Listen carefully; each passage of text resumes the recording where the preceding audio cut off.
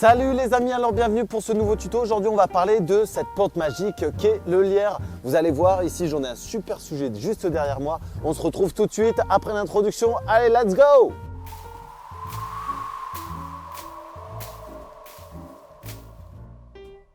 Salut les amis, alors bienvenue pour cette nouvelle vidéo. Aujourd'hui on va parler de cette fameuse plante qui est juste derrière moi, c'est le lierre.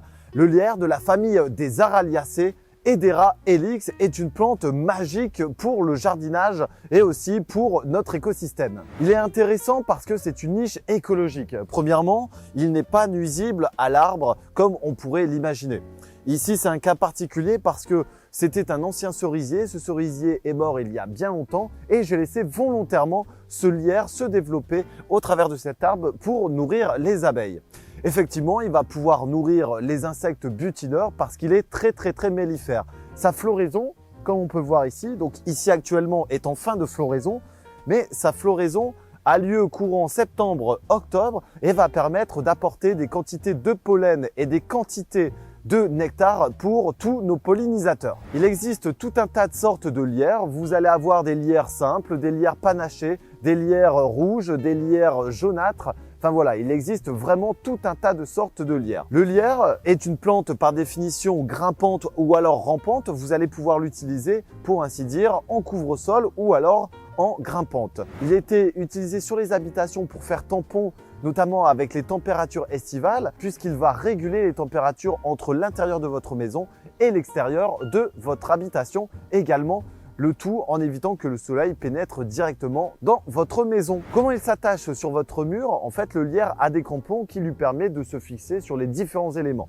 Donc là, ici, il est cramponné à mon arbre qui, ici, fait office d'hôtel à insectes géant. Puisqu'à l'intérieur, on va retrouver tout un tas d'insectes auxiliaires pour le jardinage, à la fois des bons, mais à la fois des mauvais, qui vont permettre justement d'attirer les bons insectes ou alors les bons prédateurs qui vont se débarrasser des parasites dans le jardin. Concernant les maladies et les parasites, le lierre est très peu sensible aux maladies puisqu'il est implanté depuis des générations et des générations ici, notamment en France. Il en existe d'autres dans les pays aux alentours.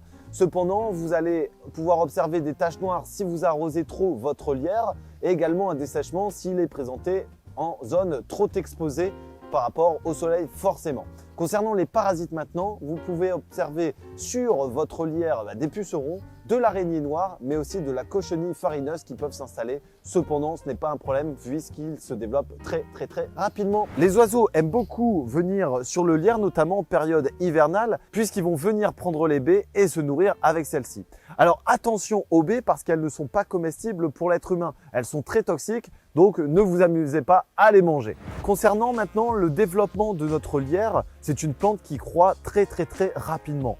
Déjà, il faudra compter à taille adulte environ une dizaine de mètres avec plusieurs dizaines d'années, voire des centaines d'années pour certains sujets au niveau de la longévité. Ensuite, le lierre donc, est une plante qui se multiplie facilement, soit par semis, soit par marcottage, voire même par bouturage. Vous allez voir, c'est une des plantes les plus faciles à reproduire quand on est un petit jardinier. Ensuite, le lierre a d'autres propriétés et notamment au niveau de la médecine puisqu'il va libérer différentes toxines comme la saponine ou alors l'édérine qui vont avoir un rôle très important notamment pour les maux de gorge. Donc ça, vous allez pouvoir justement faire différentes décoctions pour éviter les maux de gorge en hiver. Il y a d'autres avantages à avoir du lierre à la maison, c'est qu'on va pouvoir récupérer des feuilles pour pouvoir faire et nettoyer ses vêtements dans la machine à laver. Donc ça, vous avez des préparations toutes faites que vous allez pouvoir retrouver au travers de la chaîne ou alors sur internet qui vous permettront justement de laver vos vêtements sans utiliser de produits chimiques